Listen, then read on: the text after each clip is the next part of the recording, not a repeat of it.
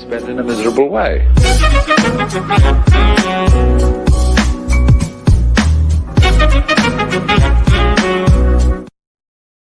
U.S. News: Donald Trump ignites new immigration furor ahead of State of the Union politics.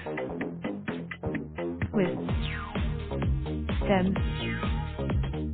The Twitter blast shattered the White House spin that Trump is intent on healing old wounds, reaching across divides and using showpiece annual address before a vast television audience to project optimism. The timing of Trump's tweet may be no coincidence. It emerged shortly after Axios painting an unflattering picture of a president who spends hours a day in unstructured executive. But Trump's attempts to distract are often instructive, since they usually revive the scorched earth style of politics that fired up his grassroots supporters in 2016 and can explain why he has rarely, if ever, attracted majority political support. That's one reason why it will be important to watch how Trump behaves before and after his State of the Union address, rather than just the tone of his scripted remarks, as he relishes the spotlight of a prime-time television audience. The obvious political play on Tuesday for a commander-in-chief who is perpetually underwater would be clear to any other president than Trump. With his approval ratings dipping after a humiliating defeat over the government shutdown and with the Russia scandal closing in on his White House, a conventional president would stress unity and seek to widen his support. At a time of jarring national political divide, he might seek to shift to the political center as Democrats move left at the start of their 2020 primary campaign, and to position himself to widen the narrow path to 270 electoral voters he navigated in 2016. Such a president would be sure to spend most of his address on the roaring economy and stress shiny job creation numbers, which make the best arguments for his re-election, in order to avoid, but that's not how Trump rolls.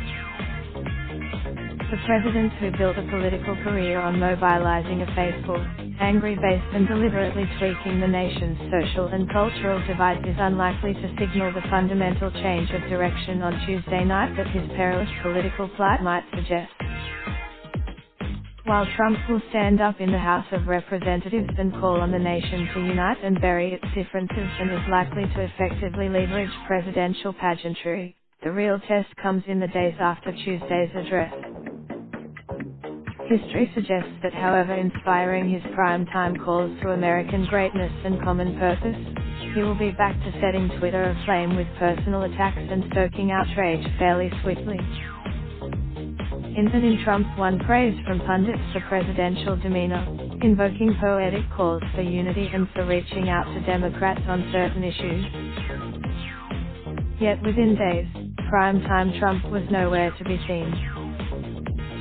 Days after his 2017 speech, he accused former President Barack Obama of wiretapping him in Trump Tower during the election, an accusation that in Washington.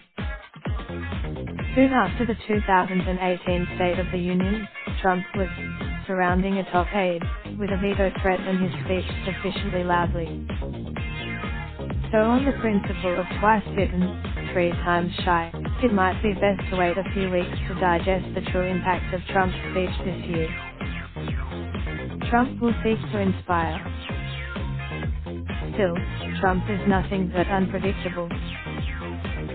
A senior administration official tried to explain to reporters on Friday how such a tone would not come across as incompatible with the president's normal combative rhetoric.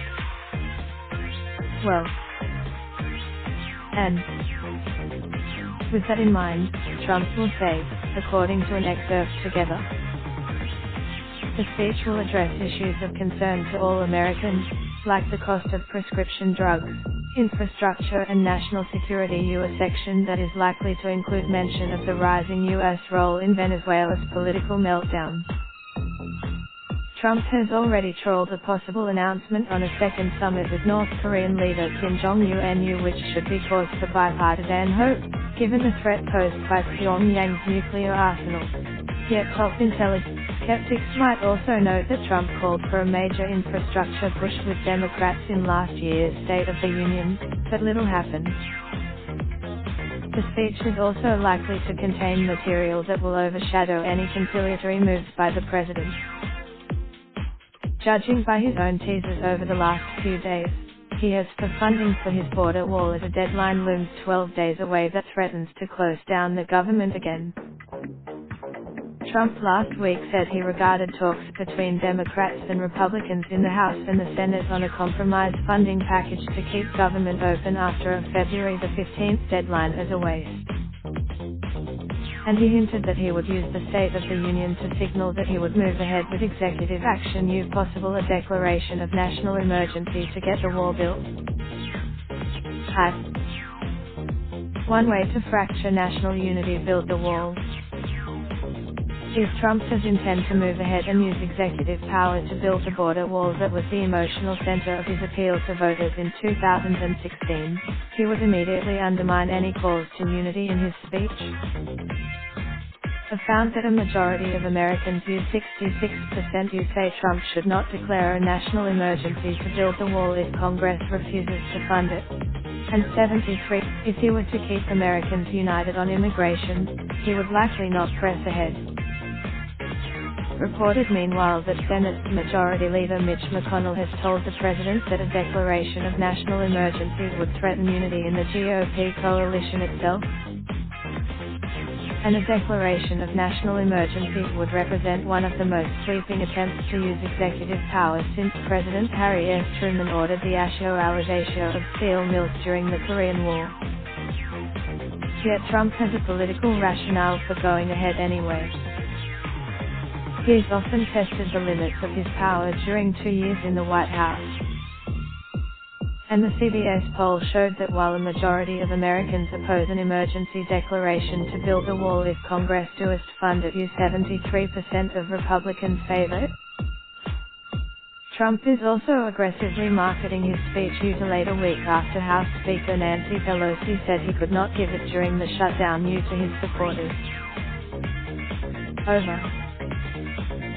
First, Trump has rarely made much effort to broaden his political coalition in office, but has shown intense interest in his support among his political base and the loudest of conservative commentators politically on immigration.